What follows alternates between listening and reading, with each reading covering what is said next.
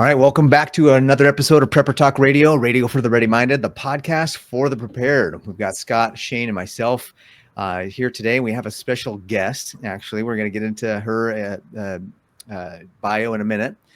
But before we get you started going, please make sure to go to our website, preppertalkradio.com, and look up all our resources there. We've got some great resources for you. And one of the cool things about all of our recommendations is almost all of them come with a discount code. So if you're going to get prepared, you might as well do it with a discount code.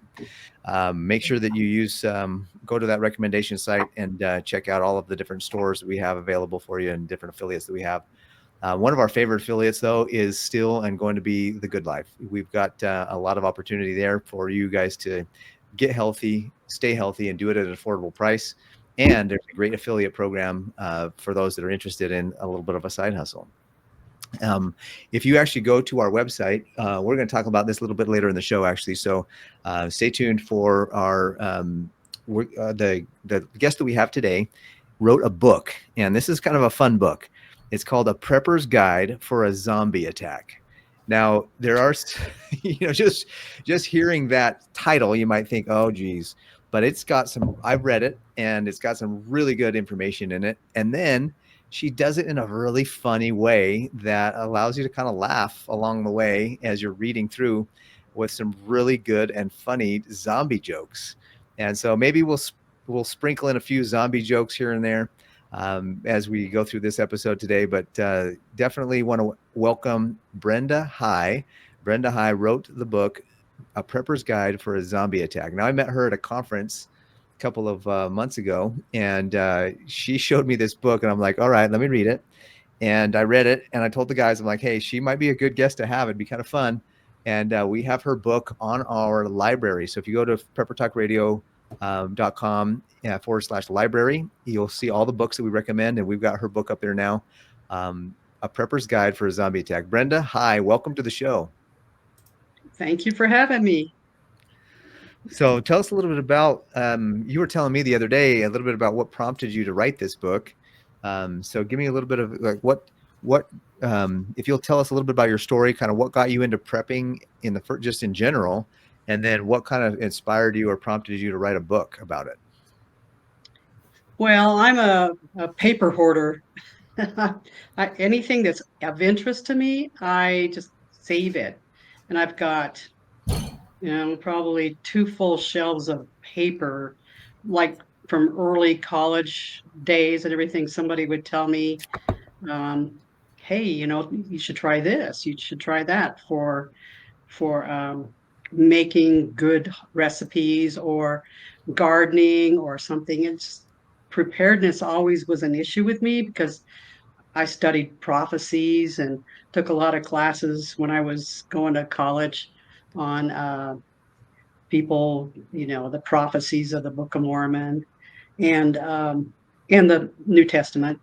And so I just saved everything. And when I got married, I just continued to do it. And lots of books, lots of seminars. I remember going to a seminar.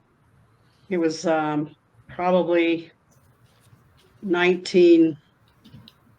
1990 or maybe early 1990s. Anyway, and somebody said something about preparedness is just not popular today. I mean, we're told in the church that we need to be prepared, but preparedness is not very popular today unless you're talking about zombies, and then that might be popular subject.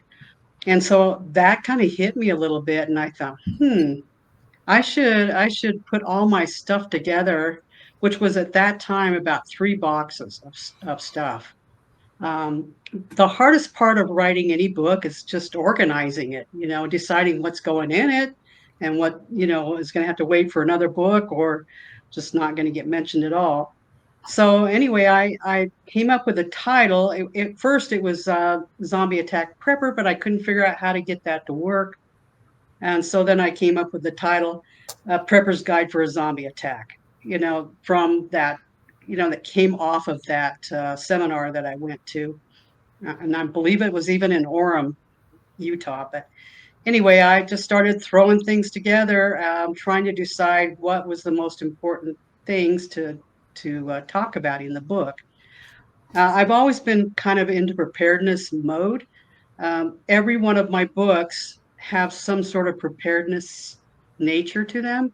The first book that I wrote was this Bullycide in America. I don't know if you can see it, but anyway, Bullycide in America. I lost a son to suicide because of bullying in 1998. And I wanted to teach people how to be prepared for bullies, basically, and prevent that from the same sort of thing happening to me. And there were 6 other moms that contributed to this book about the very same sort of thing. So, I taught people how to get through depression, and which is the number one cause of suicide, obviously. And what do kids, when they're bullied, what do they get? They get depressed. And so that was my first book that I actually published. And then I decided, hey, it's time to start putting together this book a little bit more seriously. And that took a long time, years. I don't even know how 10 years.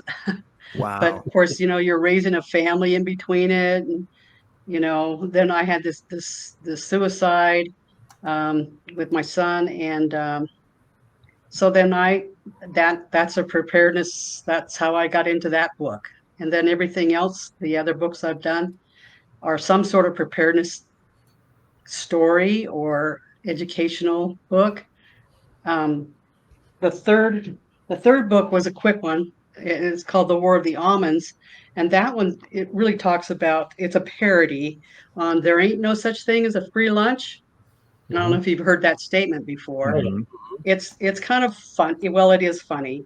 And I'll admit this is AI helped me to write this because it had to be a type of humor. It had to be a French type humor. And I had to it was 1 page to begin with, and I made an 80-page story out of it.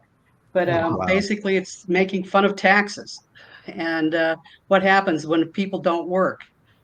And then all of a sudden they realize that you may be getting some free circuses, but nobody's working and everybody's starving. So, but it has a good ending, and there's even a little love story in there. But that one only took me like 3 months to write. That was a real quick book. And then the last book that I wrote was called. It's really a serious book, but it's teaching people about what's killing them. And we're all preparing and everything, but we don't think about all the little hidden dangers of what is killing us in the process of trying to get through this life. And so it's a serious book with a lot of tech in it. It's a heavy metals, chemicals, and hidden toxins. And I talk about all the chemicals and toxins out there that are just literally killing us. So All the major diseases you could think of. how excited are you that they pulled the fluoride out of our drinking water? Yeah, that's right. And Slow I process. even talk about that. I talk about that in the book, but in a sense, that's a preparedness book too, because if you can do all the things that, that's mentioned in my first book about preparing,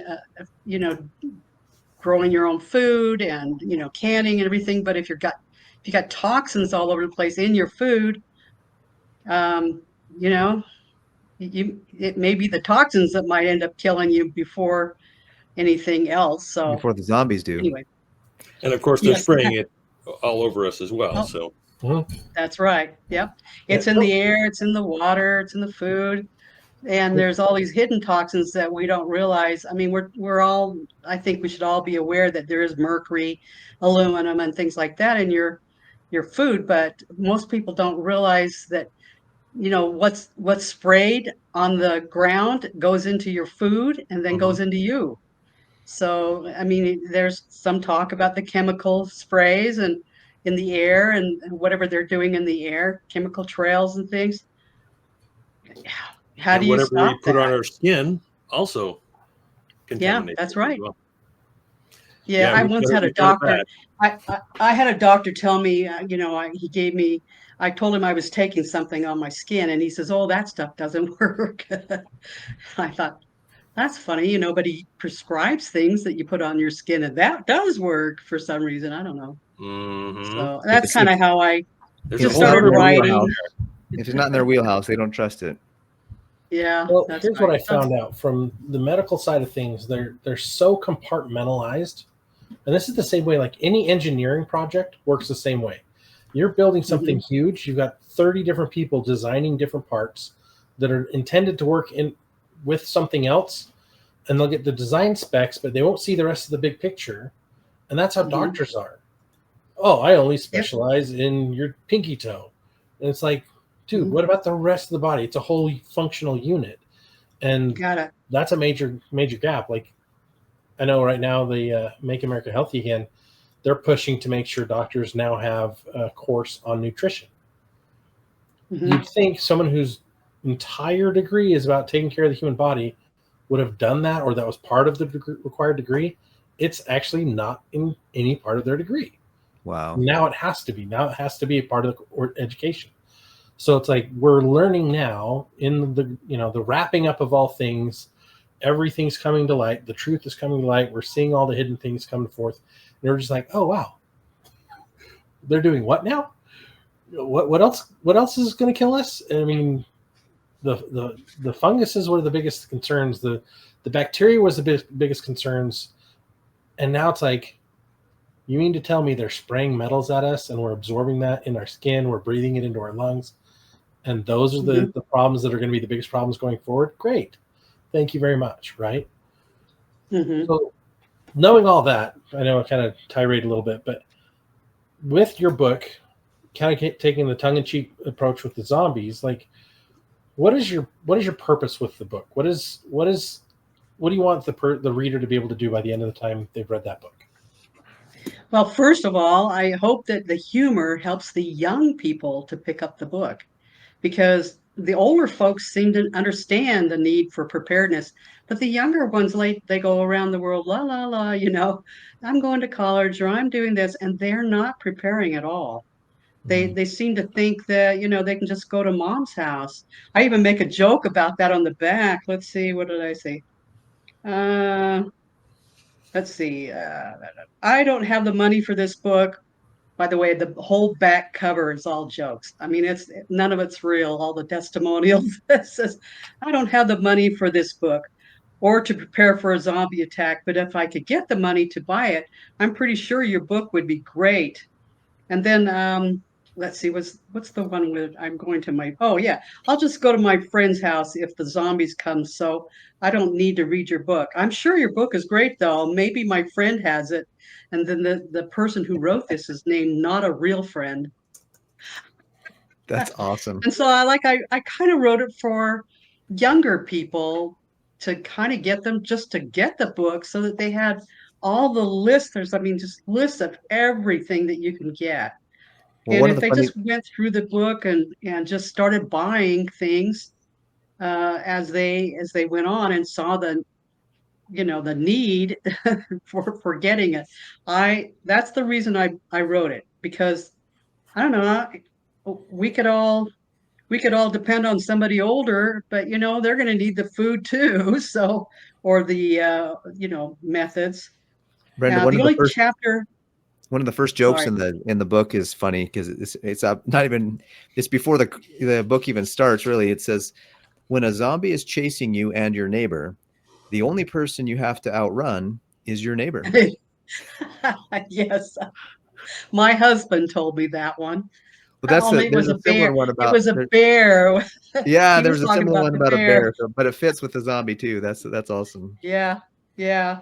I just threw him in there, and I tried to make it as I mentioned zombies, but of course at the very beginning of the book I tell everybody, okay, zombies, we all know they're not real, but we're gonna use that as an example, because in a sense, anything that comes at you that is a surprise is like a zombie. You come at, you get a storm. Remember the hurricanes and everything, and all of a sudden everybody's trying to find money, and people saying, oh, I had $5 bills, and that's how I was able to buy things, because they'd saved up a bunch of $5 bills. And of course, the toilet paper thing comes along, and we were sitting happily in our house and we did fine for months, because we just used up some of the toilet paper we had stored. Well, and of course, But zombie everybody has a jokes. different, slightly different meaning now. Instead of Yeah. actual zombie movies, right? Which I think we all know that's never going to happen. But zombies are those who Yeah. are staring at their phones, who are just Yes. not paying Yep. attention to the events of the day, who live in their own world, who are not uh, open to reality. And Yeah. like you say in your book here, you want people to be genuinely prepared. What do you really mean by genuinely prepared? Well, generally prepared is have a mindset, I think, of preparedness, because some people can't be, like they haven't got the room for everything that's on the lists here, but Mhm. just watch what's going on around you and get as much information. And I talk about the grandma in the book. I don't know what movie it was. It was some movie. I like to mention movies in here, but the lady who had the medicine awareness, she was the most valued member of the community because everybody wanted to keep grandma around because of her knowledge, and they took good care of her, made sure she was healthy because she was the one that had the herbal knowledge to help everybody in the whole village when there was no doctor. So I always say getting the knowledge is in a lot of cases more important than actually having the food because people will pay you for your knowledge in food. Mm-hmm. So, people that are handicapped, if they have knowledge, they may not be able to walk out and go get something, but they could let somebody know about something that they have knowledge of, and that makes them prepared. So, generally, prepared. I just say do the best you can do with what you have. And some people don't have a lot of money, but they can do a little things, buy things secondhand. I talk about going to the secondhand store and just looking for things on your on your list of things to look for. Everybody should have rain ponchos. You might be able to find that secondhand, various things secondhand. So, you know, in your mind, you need to be prepared more than anything. Mm-hmm. Yeah, we've done a lot of videos and podcasts about what's the first thing anybody should do. Like when they're first starting their journey for preparedness, what are the first few things they should do in their journey? And you start the book off right away just with that very same thing. But you have three things here that says one, get your water supply, two, set up your sanitation scenario, and three, get your 72-hour backpacks. Of all the things to Mhm. start with and all the things that you could do, what prompted you or inspired you to include those as the first three things someone should do? Well, you think about the time scenario. Okay, like let's say a major disaster happens and there's a time period of like 2 weeks before maybe somebody can get to you to help you, and these big hurricanes and disasters, there's a long period of time. And they say that actually the first thing you need to be drinking something. You have to have something to drink. You can live without food for a while, for 3 or 4 days, you know but water, you can't live without that very long. But here's what's going to kill you. It's the pathogens and going to the bathroom and taking care of you so you don't get sick. And that's actually the thing that will kill people first, is the illnesses that come along from the natural disasters. People die of dysentery, um, other diseases that come along with just not being able to um, take care of your body. So that's where I started. Really, I probably should have switched that out and had the sanitation first. But like if your electricity goes out, you can't use the toilet, because flushing it, once you flush that toilet, you're not getting any more water into that toilet. So you got to be paired with some water in the back of your toilet. I tell everybody have water in the back of their toilet.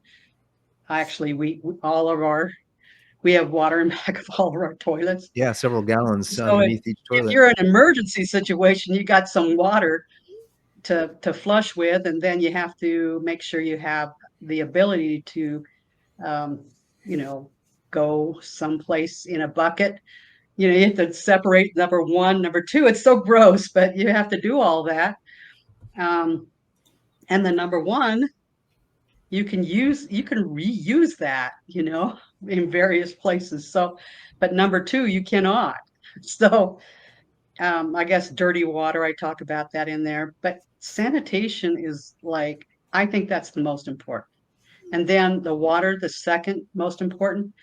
You can't just go out and get rainwater that easy, like particularly in July, you can't do that. So you need to I have like probably, I'd say maybe 15 gallons of water at various places around the house. Just in one area, I have like about 8 gallons, and then I have various other, I have water right here in my office. I have all kinds of, I'm a water connoisseur, I guess, because I just have to have water at various places. I have it in the basement, I have it in the bedrooms, the bathrooms. Now And so, I mean, yeah, you're in Idaho, right? yeah, I'm up in Ashton, Idaho. Oh, so you got And really it's good like water up there. halfway between Yellowstone and Idaho Falls, right there, halfway. I mean, if I'm remembering right, there's a burger joint that's up there that's like the railroad burger joint. Is that in Ashton? Well, they No, have, I'm originally from Idaho Falls, yeah, so I'm trying to remember places I've been in the last couple of years that I'm like, oh, there's Idaho has good water. Idaho has a lot of preppers too. Big Judd's. I don't know if you ever heard of Big Judd's. They have a Yep. Big Judd's up here. Yeah, That's huge. That's very popular. Frost Top. They have a lot of good stuff here. That's a little town, though. yeah. The nice thing is like as you start thinking about the most important things, like water, vital, right? Sanitation, vital. Food, necessary. Notice I didn't say vital. Like we can go a little while without food. Yeah. One of the things And we did some is of we us even created longer. say that. And there might be a few of you out there that can go a little longer than others without food. I felt that. Yes. It resonates. But like we created a little calculator so people know like how much to have around and an inventory on our website. So you can actually, as you read this book and as you go through any other items that you have in your house, like you can actually look at it and say, how much do I actually need for how many people I have? Right. And then think about it in this book telling you, okay, you've got water behind the toilet. You've got water in your water tank.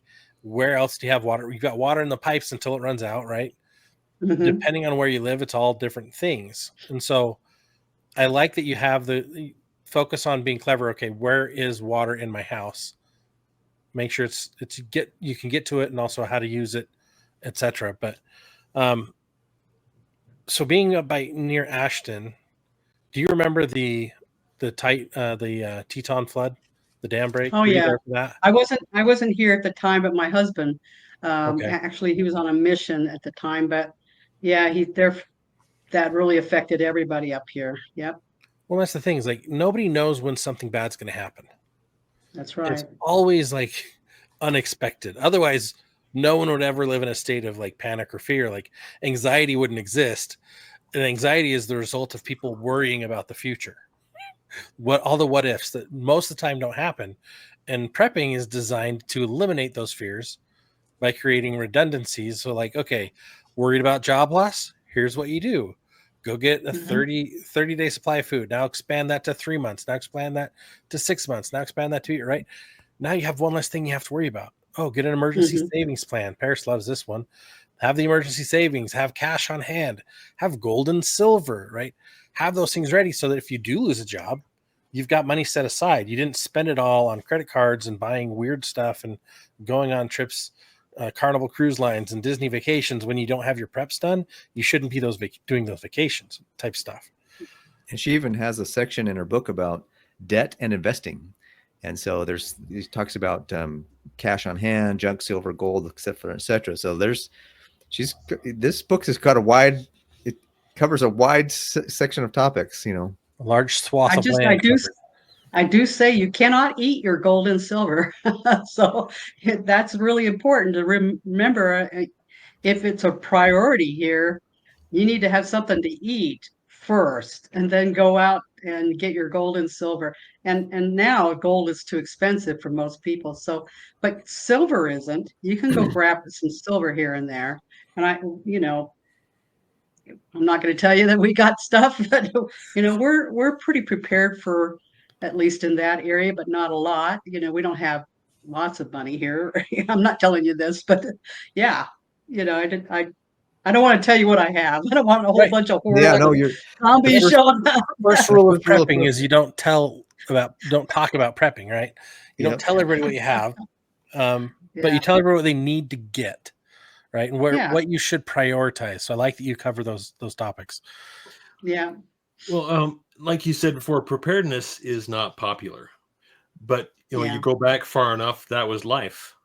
Life was preparedness, getting ready for winter, getting ready for the next season, and that's what life is about. And now life is so convenient that nobody or not as many people see the need to be prepared, because we live minute by minute, day by day, hour by hour. But in reality, things are switching, things are changing to where they're more and more fragile. And those who are looking, those who are watching, will see the need for preparedness. And I think people are waking up. They do see a little bit of what's going on, maybe not in its entirety, but people are waking up more.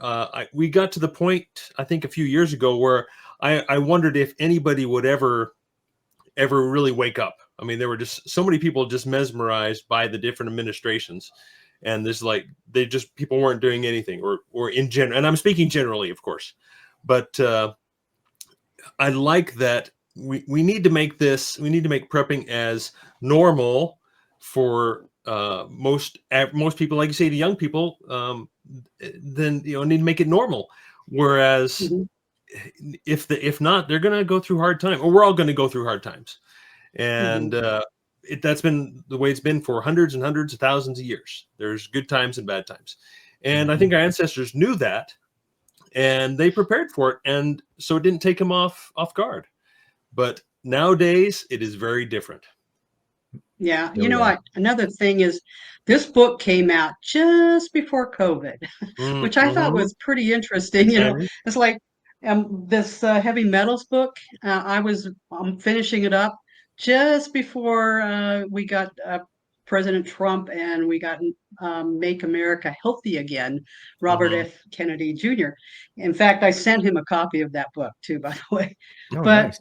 Good. People woke up. I think people began to open up a little bit about preparedness at COVID when they started shutting things down, and people realized, oh wait, I don't have this. And shoot, some states you can't even garden, without wearing a stupid mask. And well, you couldn't buy garden supplies in Michigan. My son's an attorney, and they were really ticked off about that. You couldn't even grow a garden because you couldn't get the supplies.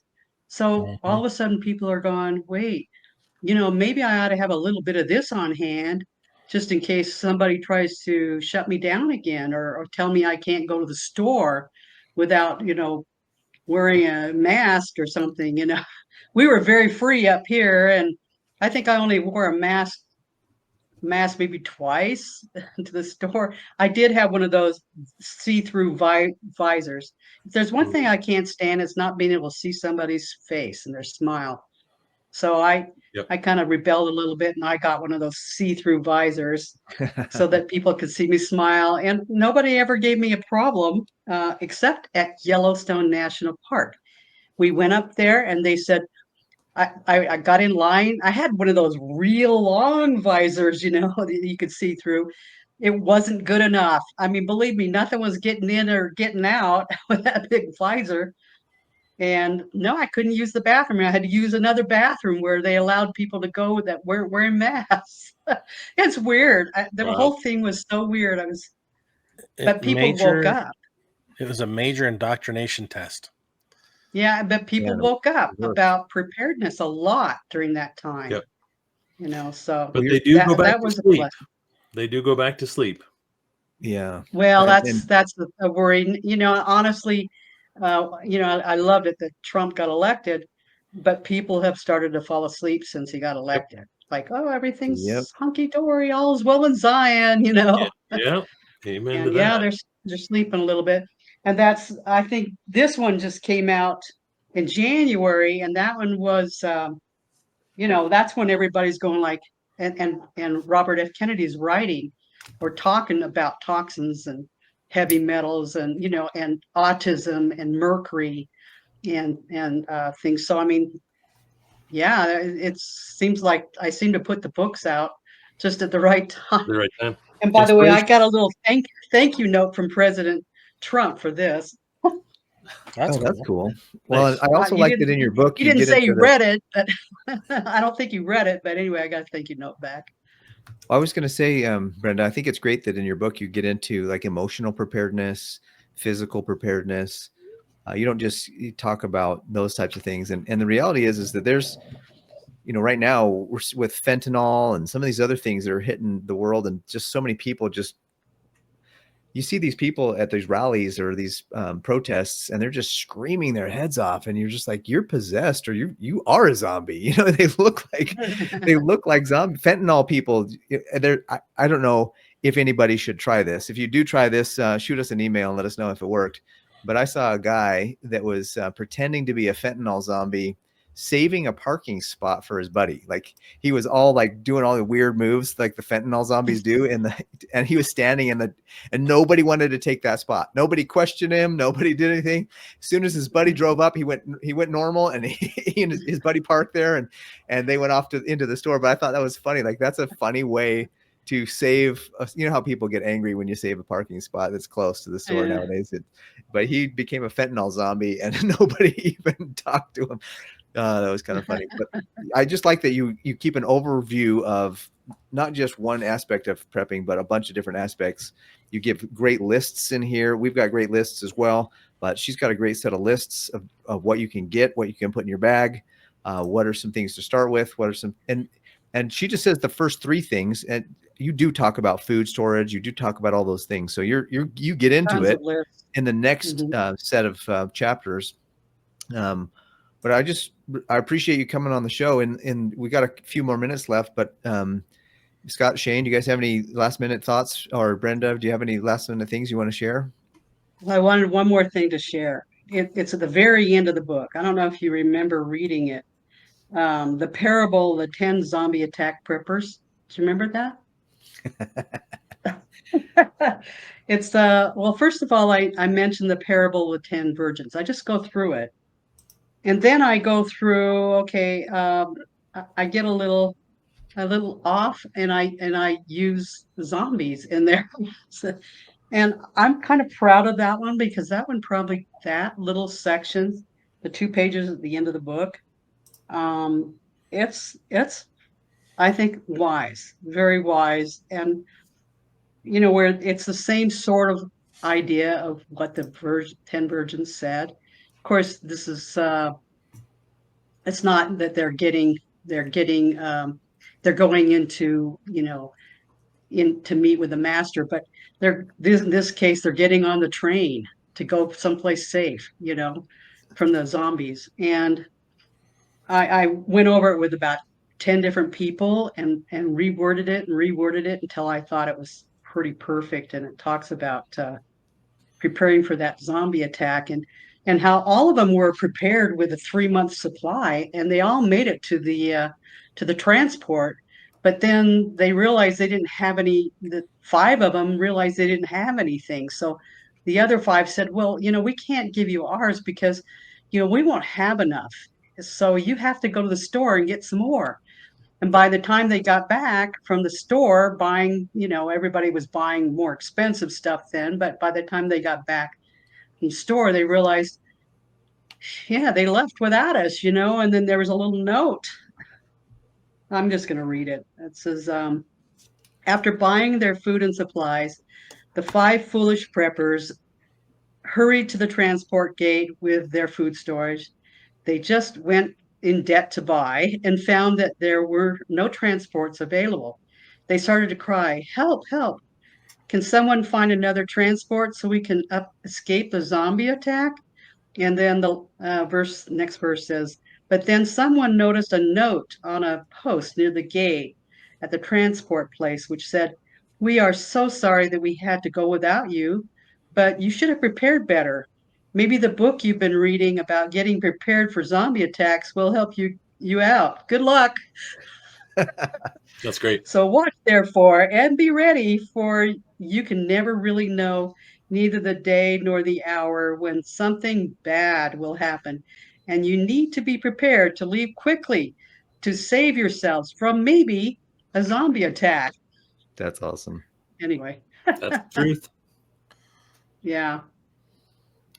Well, anyway, I'm Scott, proud Shane, of that any part. last thoughts? Well, I was just going to say I just ordered your The War of the Almonds book. Looking forward to reading that. It's a quick read and it's funny. And I think the women will like it too. I mean, I don't know if you're married or not, but yeah, I think the wife would like it. 31 years.